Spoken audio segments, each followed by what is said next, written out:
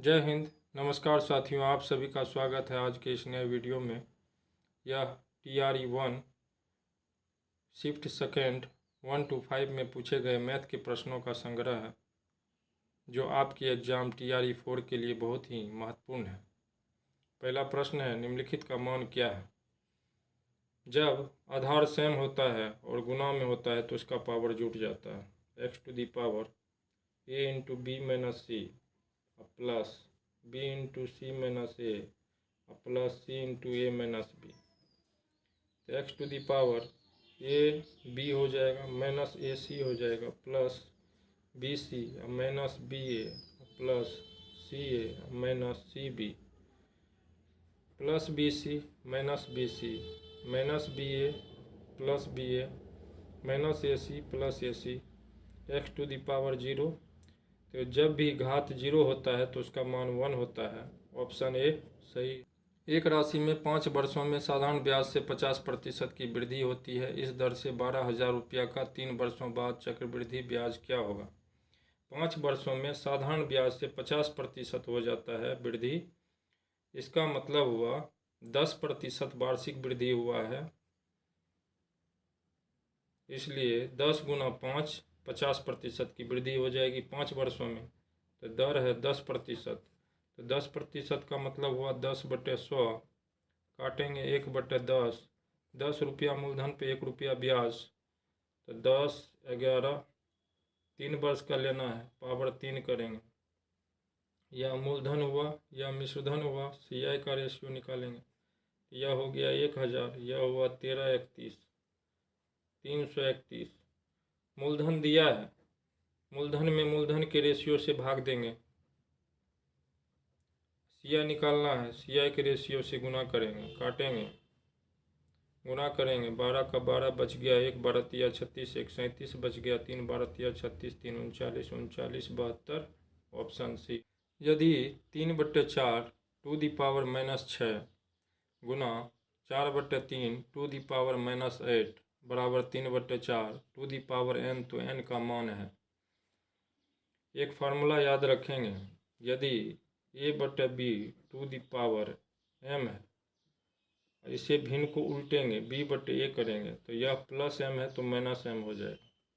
a/b to the power -m है, इसे उल्टेंगे भिन्न को, तो b/a टू दी पावर को -m को प्लस m कर देंगे।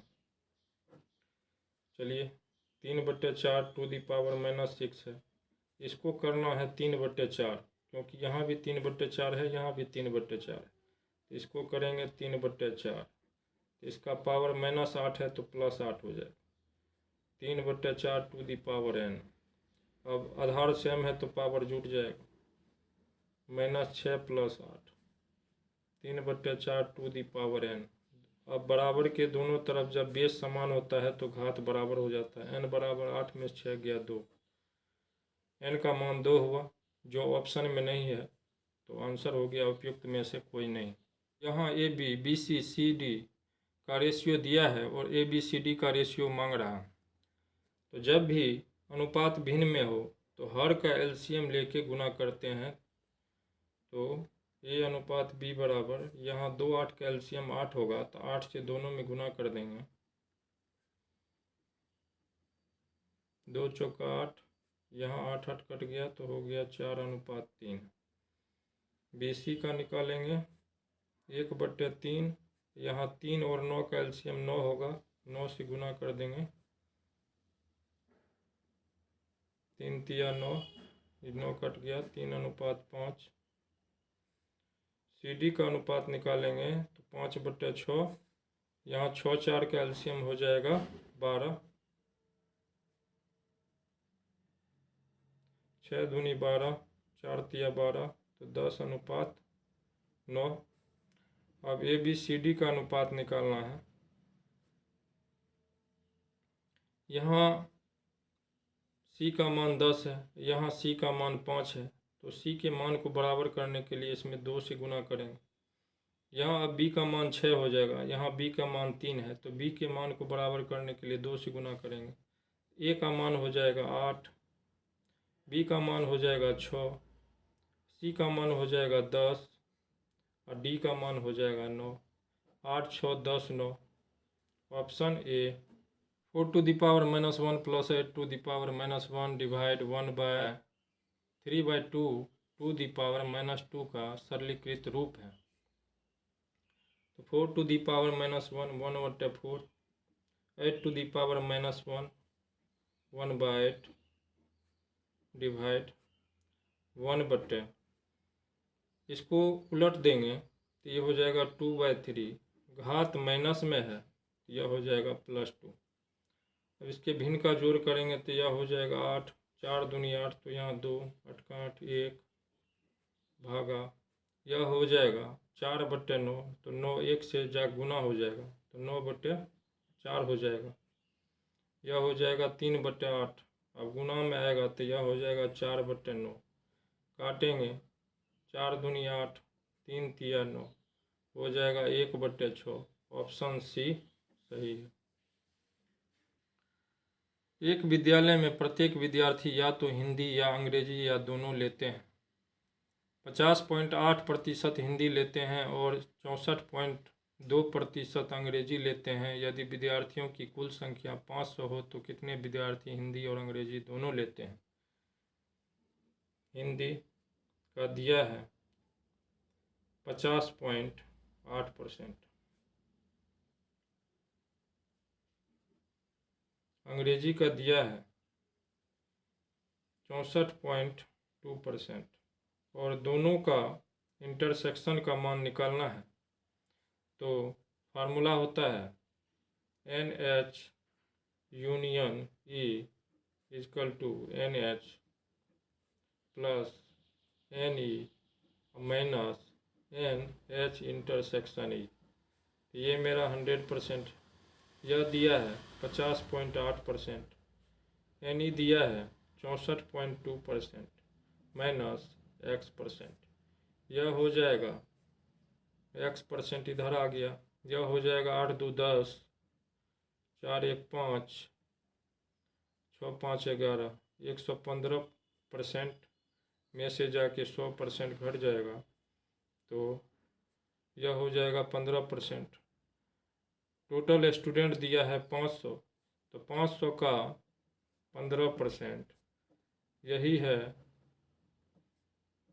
NH इंटरसेक्शन E का, यानी कि हिंदी और अंग्रेजी दोनों लेने वाले छात्रों की संख्या आ जाएगी 15 5 75। Option B.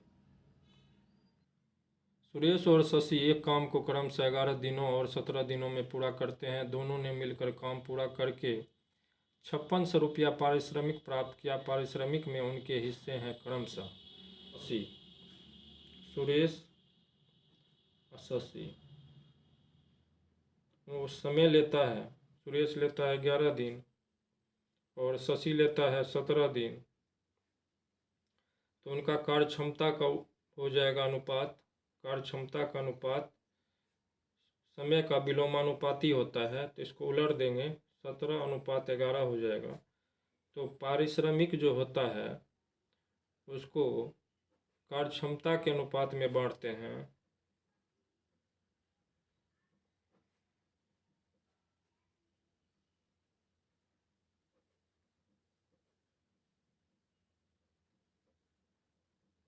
टोटल है 5600 रुपया, टोटल में टोटल जोड़ के भाग देंगे, 17 11 28 से भाग देंगे। निकालना है सुरेश का, तो सुरेश का निकालना है तो 17 से गुना करेंगे।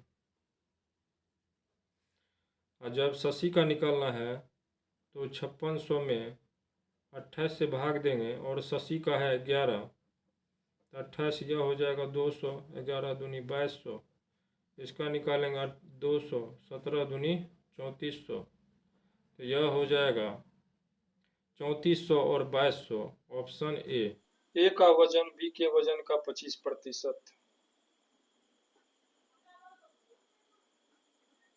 और सी के वजन का 40% है। ए का ही वजन सी के वजन का 40% है। अब कहता है सी के वजन का कितना प्रतिशत बी के वजन के बराबर है। यहाँ से बनाएंगे प्रतिशत प्रतिशत खत्म, 5 से काटेंगे 25 5 8 4 इधर, B/C हो जाएगा 8/5 बी अनुपात सी हो गया 8:5। कह रहा है सी के वजन का कितना प्रतिशत बी के वजन के बराबर है। तो सी का वजन 5, 5 का कितना प्रतिशत, x प्रतिशत मान लेते हैं। बी के वजन के बराबर 8, तो x का वैल्यू हो जाएगा बट्टा 100 जाके इधर आके गुना हो जाएगा, काटेंगे 20, 20 अठे 160, ऑप्शन सी। तांबे के एक गोले का व्यास 6 सेंटीमीटर है। गोले को पिघलाकर एक समान वृत्ताकार अनुप्रस्थ काट के लंबे तार में खींचा जाता है। यदि तार की लंबाई 36 सेंटीमीटर है तो इसकी त्रिज्या है। जब भी किसी आकृति को पिघलाकर दूसरी आकृति में कन्वर्ट किया जाता है तो उनका आयतन बराबर होता है। यहाँ तांबे का एक गोला है तो गोले का आयतन बराबर तार में बदला गया है तो बेलन का आयतन आपस में बराबर होगा। गोला का आयतन होता है 4/3 पाई आर क्यूब, बेलन का आयतन होता है pi R square H. Pi cut गया, 4/3 आर व्यास है 6 सेंटीमीटर तो आर हो गया 3 सेंटीमीटर। 3 का क्यूब 3 गुना 3 गुना 3 बराबर यहाँ आर स्क्वायर निकालना है। एच दिया है 36 सेंटीमीटर। 1 3 कैंसिल, 4 से काटेंगे 9 बार में कटेगा, 3 तिया 9, 9 कट गया। आर स्क्वायर बराबर 1, आर बराबर 1, जो ऑप्शन में नहीं है इसलिए उपयुक्त में से कोई नहीं। दो वृत्त आंतरिक रूप से स्पर्श करते हैं, उनके क्षेत्रफलों का योग 116 पाई सेंटीमीटर स्क्वायर है और उनके केंद्रों के बीच की दूरी 6 सेंटीमीटर है। वृत्तों की त्रिज्या है क्रमशः। तो दो वृत्त आंतरिक रूप से स्पर्श करते हैं, एक वृत्त है, एक दूसरा वृत्त है जो इसको आंतरिक रूप से स्पर्श करता है। तो बड़ा वाला वृत्त का त्रिज्या कैपिटल आर मान लेते हैं, छोटे वाले वृत्त का त्रिज्या स्मॉल आर मान लेते हैं। तो इस बड़े वाले आर से इस छोटे वाले आर को घटाएंगे, बड़े वाले आर से छोटे वाले आर को घटाएंगे तो उनके बीच का अंतर होगा 6 जो दिया है। तो आर माइनस आर बराबर 6 सेंटीमीटर। फिर कह रहा है उनके क्षेत्रफलों का योग 116 पाई है। तो pi R square plus pi R square बराबर 116 पाई, तो पाई कट जाएगा, R square plus R square बराबर 116। ये दो समीकरण बन गया। इससे ऑप्शन को चेक कर लेंगे तो 10 में से 4 गया 6, सही है। और यहाँ 10 स्क्वायर प्लस 4 स्क्वायर 100 और 4 का स्क्वायर 16, 116 होगा। तो ऑप्शन ए संतुष्ट करता है। ऑप्शन बी को चेक करेंगे तो 12 में से 6 गया 6। दूसरे को चेक करते हैं तो 12 स्क्वायर प्लस 6 स्क्वायर, 12 स्क्वायर हो जाएगा 144, 36, 44, 36, 80, 180 जो नहीं हुआ तो ऑप्शन बी नहीं होगा। ऑप्शन सी को चेक करेंगे तो 16 में से 10 गया 6 तो होता है, लेकिन 16 का स्क्वायर होता है 256, जबकि यहाँ 116 होना चाहिए तो योग ज्यादा हो जाएगा, यह भी नहीं होगा। तो ऑप्शन ए सही है। तेज ट्रेन 600 किलोमीटर की यात्रा के लिए धीमी ट्रेन से 3 घंटे कम समय लेती है। यदि धीमी ट्रेन की गति तेज ट्रेन की गति से 10 किलोमीटर प्रति घंटा कम है तो दोनों ट्रेनों की गति है क्रमशः। इसे बाय ऑप्शन हल करेंगे। पहला ऑप्शन चेक करते हैं तो दोनों के बीच में 10 किलोमीटर प्रति घंटा का अंतर है। तो 600 में 30 से भाग देंगे, यह हो जाएगा 20 घंटा। और 600 में जब 20 से भाग देंगे तो यह हो जाएगा 30 घंटा। समय में 3 का अंतर नहीं है, जबकि समय में 3 घंटे का अंतर होना चाहिए। तो ऑप्शन ए नहीं हुआ। ऑप्शन बी को चेक करते हैं। जब 600 में 40 से भाग देंगे तो यह हो जाएगा 15 आवर। जब 600 में 30 से भाग देंगे तो यह हो जाएगा 20 आवर। तो इसके बीच में 5 घंटा का अंतर है, जबकि समय में 3 घंटा का अंतर होना चाहिए। बी भी नहीं हुआ। सी को चेक करते हैं। 600 में 50 से भाग देंगे, यह हो जाएगा 12 घंटा। 600 में जब 40 से भाग देंगे तो यह हो जाएगा 15 घंटा। इसके बीच में 3 घंटा का अंतर है, और चाल में भी 50-40 के बीच में 10 किलोमीटर पर आवर का अंतर है। तो मेरा ऑप्शन सी सही है। बिना दोहराव के अंक 0, 1, 2, 3, 4 का उपयोग करते हुए कितनी 4 अंकीय संख्याएं बनाई जा सकती है? 4 अंकीय संख्या बनाना है।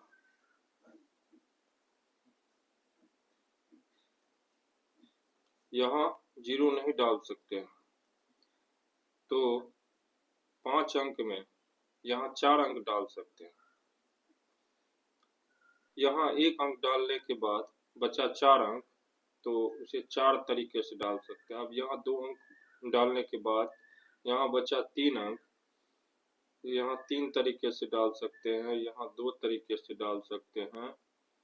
तो टोटल संख्या हो गया 4 चौक 16, 48 दूनी 96, जो ऑप्शन में नहीं है, इसलिए आंसर हुआ ई। एक व्यक्ति 4 बच्चों के बीच कुछ वस्तुओं को बांटता है। पहले बच्चे को कुल वस्तुओं का 1/2 मिलता है, और दूसरे बच्चे को पहले बच्चे का 1/4 मिलता है। तीसरे बच्चे को पहले बच्चे का 3/4 मिलता है। चौथे बच्चे को कितना अंश मिलता है? तो व्यक्ति का टोटल धन x मान के भी बना सकते हैं, लेकिन उसमें समय ज़्यादा लगेगा। इससे बचने के लिए हर का एलसीएम ले लेते हैं। तो हर यहाँ 2 है, 4 है, 4 है, तो 2, 4, 4 का एलसीएम 4 हुआ। तो एक बड़ी राशि 4 को मल्टीप्लाई कर लेते हैं 100 से, तो 400 रुपया टोटल धन मान लेते हैं। 400 रुपया पहले बच्चे को मिलेगा। 400 का आधा 1/2, तो यह हो जाएगा 200। और दूसरे बच्चे को मिलेगा पहले बच्चे का 1/4, अर्थात 200 का 1/4 हो जाएगा 50। और तीसरे बच्चे को मिलेगा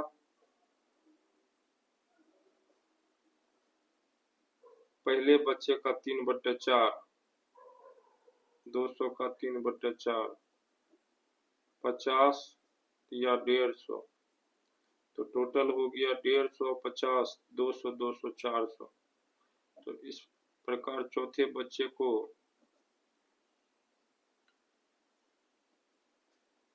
कोई राशि नहीं मिलेगा, कोई राशि नहीं, क्योंकि 400 धन था जो पहले, दूसरे और तीसरे में बट गया। तो आंसर हो जाएगा उपयुक्त में से कोई नहीं, ऑप्शन ई। माना ए बराबर 10 सेंटीमीटर, बी बराबर 3 सेंटीमीटर और सी बराबर 6 सेंटीमीटर। निम्नलिखित में से कौन सा सत्य है? ए, बी और सी समकोण त्रिभुज है। समकोण त्रिभुज होने का मतलब है ये आपस में पाइथागोरीय त्रिक होना चाहिए। 3 का स्क्वायर 9 प्लस 6 का स्क्वायर 36 और 10 का स्क्वायर 100। 9 और 36 जोड़ के 100 नहीं होता है, इसलिए यह कथन गलत है। समद्विबाहु त्रिभुज बनाते हैं। ए, बी और सी समद्विबाहु त्रिभुज बनाते हैं। तो समद्विबाहु त्रिभुज का होता है कि दो भुजा की माप बराबर हो। यहाँ कोई भी दो भुजा का माप बराबर नहीं है, इसलिए बी नहीं हुआ। ए, बी और सी त्रिभुज की भुजा है। तो त्रिभुज की भुजा तब होता है जब दो भुजाओं का योग तीसरी भुजा से बड़ा हो। तो दो भुजाओं का योग 10, 3, 13 बड़ा होगा 6 से, ठीक है। 3 जोड़ 6 बड़ा नहीं होगा 10 से, इसलिए यह भी संतुष्ट नहीं करता है, इसलिए ऑप्शन सी भी नहीं हुआ। तो मेरा उत्तर होगा उपयुक्त में से कोई नहीं। समीकरणों 1/x प्लस 1/y बराबर 8, 1/y प्लस 1/z बराबर 12, 1/z प्लस 1/x बराबर 10 को संतुष्ट करने वाले x का मान है। सभी को जोड़ देते हैं। 1/x plus 1/y plus 1/y plus 1/z plus 1/z plus 1/x तो यहाँ 8 12 जोड़ 10 हो जाएगा। यह हो गया 1/x 1/x 2/x 1/y 1/y 2/y 1/z 1/z 2/z। तो 2 कॉमन ले लेते हैं तो 1/x plus 1/y plus 1/z। 12 8 20 10 30 हुआ। हमको निकालना है x का मान, अर्थात यदि 1/y प्लस 1/z का वैल्यू इससे घटा देते हैं तो 1/x आ जाएगा। पहले इसको काट देते हैं 15 1/x plus 1/y plus 1/z के वैल्यू से निकालना है 1/y प्लस 1/z के मान को। तो यहाँ 15 माइनस 12 बराबर 3। तो 1/x का मान आ गया 3। हमको निकालना है x का मान, तो दोनों तरफ उलट देंगे तो यहाँ हो जाएगा x/1 x, यहाँ हो जाएगा 3/1 तो 1/3 हो जाएगा। तो ऑप्शन ए। दो बराबर भिन्न को उलट सकते हैं, जैसे 1/x इधर है 3/1 तो दोनों को बराबर के दोनों तरफ के भिन्न को उलट सकते हैं। तो यह हो जाएगा x/1, यह हो जाएगा 1/3। x/1 x ही होता है, यह 1/3 हो जाएगा। एक परीक्षा में कुल अभ्यर्थियों का 37.1/2% छात्राएं थी। छात्रों का 75% तथा छात्राओं का 62.1/2% सफल हुए तथा 342 छात्राएं असफल हुई। असफल छात्रों की संख्या क्या थी? तो कुल अभ्यर्थी जो भी होगा अपने आप का 100% होगा, उसमें से 37.5% छात्रा है तो ये 62.5% छात्र हो जाएगा। चलिए रेशियो निकाल लेते हैं। कुल अभ्यर्थी, छात्रा और छात्र। कुल अभ्यर्थी 100%, प्रतिशत को छोड़ देते हैं 100। छात्रा हो गया 37.5, छात्र हो गया 62.5। यह हो गया 100, यह हो गया 75/2, यह हो गया 125/2। प्रत्येक पद में 2 से गुना कर देते हैं तो यह हर में जो 2 है यह हट जाएगा तो यह हो गया 200, यह हो गया 75, यह हो गया 125। काटेंगे 25 8 200, 25 3 75, 25 50 125। अब यहाँ दिया है कि 75% और 62.5% सफल हुए, लेकिन यहाँ संख्या दिया है असफल का, वो भी छात्राएं का। 342 छात्राएं असफल हुई तो छात्रा लेंगे 3 और असफलता का प्रतिशत कितना है? छात्राओं का 62.5% सफल हुआ है, इसका मतलब हुआ 37.5% असफल हुआ है। इसका 37.5% असफल हुआ जो कितना के बराबर है? 342 के बराबर। तो यह हो जाएगा 3 गुना 37 दूनी 74 1 75/200 बराबर 342। वैल्यू निकालना है असफल छात्रों की संख्या का।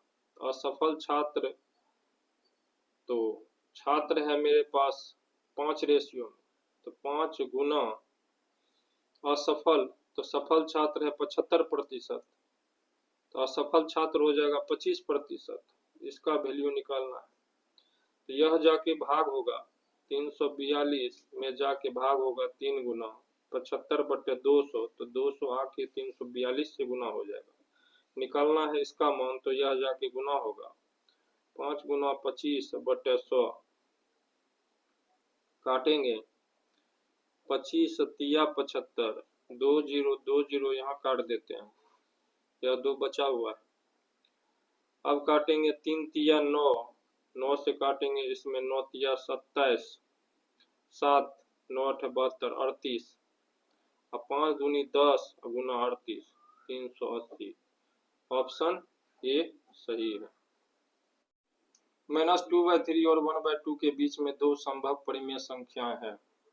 तो -2/3 का वैल्यू हो गया -0.0 66 और 1/2 का वैल्यू हो गया 0.5, इसके बीच में लेना है। तो -2/6 का वैल्यू हो गया -0.33 और 2/6 का वैल्यू हो गया 0.33। यह इसके बीच में आएगा -0.33, 0 से बढ़ेंगे इधर आ जाएगा और 0.33 भी आ जाएगा। ऑप्शन ए सही।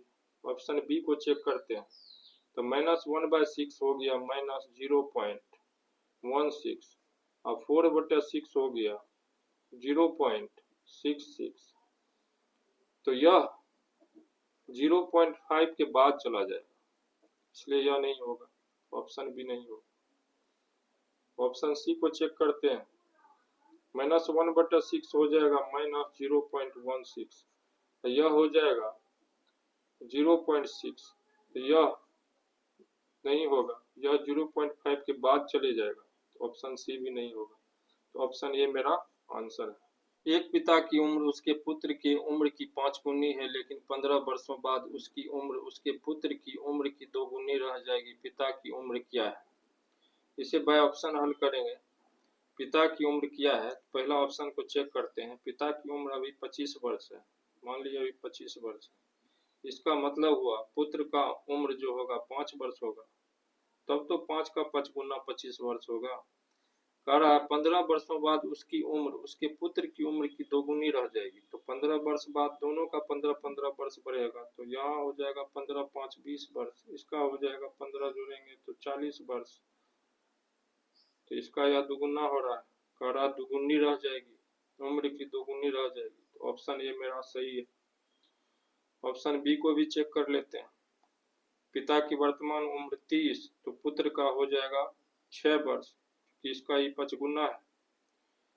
अब 15 वर्ष बाद यह हो जाएगा 15 6 21 और यह 15 वर्ष बाद हो जाएगा 45, इसका यह दुगुना नहीं है, इसलिए ऑप्शन बी नहीं होगा। ऑप्शन सी को भी चेक कर लेते हैं। और ये पिता 20 वर्ष का है, तो पुत्र हो जाएगा 4 वर्ष का, क्योंकि 4 पंचा 20, 5 गुना है। अब 15 वर्ष के बाद इसका हो जाएगा 19 और इसका हो जाएगा 35, इसका ये दुगुना नहीं, सी भी नहीं होगा। तो ऑप्शन ए मेरा सही है। नीलू 1 रुपये में 2 नींबू की दर से नींबू खरीदती है और उन्हें 3 रुपये में 5 नींबू की दर से बेचती है, उसका लाभ है। यह लाभ और हानि का प्रश्न है और बहुत महत्वपूर्ण प्रश्न है। खरीदती है 1 रुपये में 2 नींबू और बेचती है 3 रुपये में 5 नींबू। इसे क्रॉस गुना कर देंगे, यह हो जाएगा 3 दूनी 6 रुपया और यह हो जाएगा 5 गुना 1 5 रुपया। यह खरीदती है तो यह क्रय मूल्य होगा, यह बेचती है तो यह विक्रय मूल्य हो गया। तो लाभ हो गया कितना? 6 में से 5 गया 1 रुपया का, तो लाभ प्रतिशत हो गया लाभ गुना 100 बटे क्रय मूल्य 5 रुपया, काटेंगे 20 पंचा 100, 20%। Option B.